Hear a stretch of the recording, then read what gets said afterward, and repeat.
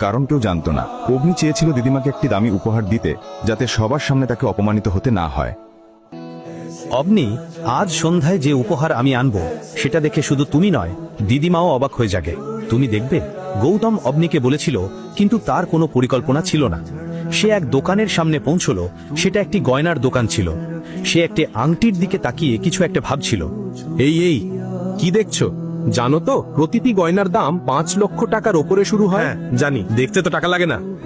ও তাই নাকি? মারতেও টাকা লাগে না, বুঝেছো? এখন এখান থেকে চলে যাও। কিছু না জেনেই গার্ড গৌতমকে ধাক্কা দিল। যাও এখন। আপনি দিদিমাকে কি উপহার দেবে, গৌতম এটা নিয়েই ভাবছিল। ঠিক তখনই হঠাৎ পুলিশ দল নিয়ে দেখুন, সিকিউরিটি গার্ড এই লোকটা সেখানে দাঁড়িয়ে পৌঁছলো। এই চোরকে গ্রেপ্তার করো।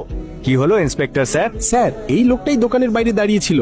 আমি শুধু দোকানের বাইরে দাঁড়িয়েছিলাম, আমি কোনো চুরি করিনি। চলো থানায়, সব বের হয়ে যাবে। পুলিশের লাঠির সামনে তুমি সত্যিই বলবে এই অল্প সময়ের মধ্যে তার কাছে আংটি দিলে চুরি করার পর। ইন্সপেক্টর স্যার, আমি কিছুই করিনি, দয়া করে আমাকে শুনুন।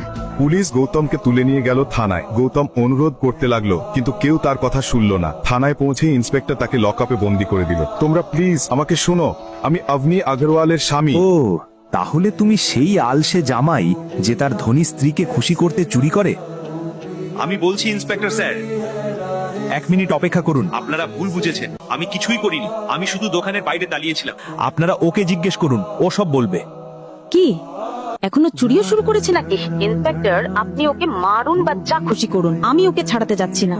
এখন গৌতম নিজেও বুঝতে পারছিল না সে কিভাবে লকআপ থেকে বের হবে। ওখানকার ইন্সপেক্টর তার একটাও কথা শুনতে চাইছিল না, বরং জোর করছিল যাতে গয়নার দোকান থেকে চুরি হওয়া আংটিটা তার কাছ থেকে উদ্ধার করা যায়। সে একটা মোটা লাঠি হাতে নিল গৌতমকে মারার জন্য। ঠিক তখনই ইন্সপেক্টর, স্টপ ইট। ইন্সপেক্টর অবাক হয়ে পিছনে তাকালো। শহরের কমিশনার সেখানে দাঁড়িয়েছিলেন। কিভাবে সাহস হলো তোমার? তুমি কি তোমার চাকরি আর ইউনিফর্মকে ঘৃণা করো? উনি একজন চোর স্যার। আমার এই ইন্সপেক্টরের কারণে আমি দুঃখিত। আপনি এখানে অনেক সমস্যার সম্মুখীন হয়েছেন। যা কিছু হয়েছে তার জন্য আমি ক্ষমা চাইছি স্যার। স্যার, উনি তো অকাজের জামাই। তার স্ত্রী আমাকে বলেছে ওকে মারতে। চোর?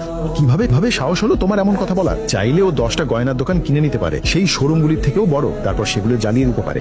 এটা দেখো। কমিশনার তার ফোনে পুলিশকে কিছু মেসেজ দেখালেন।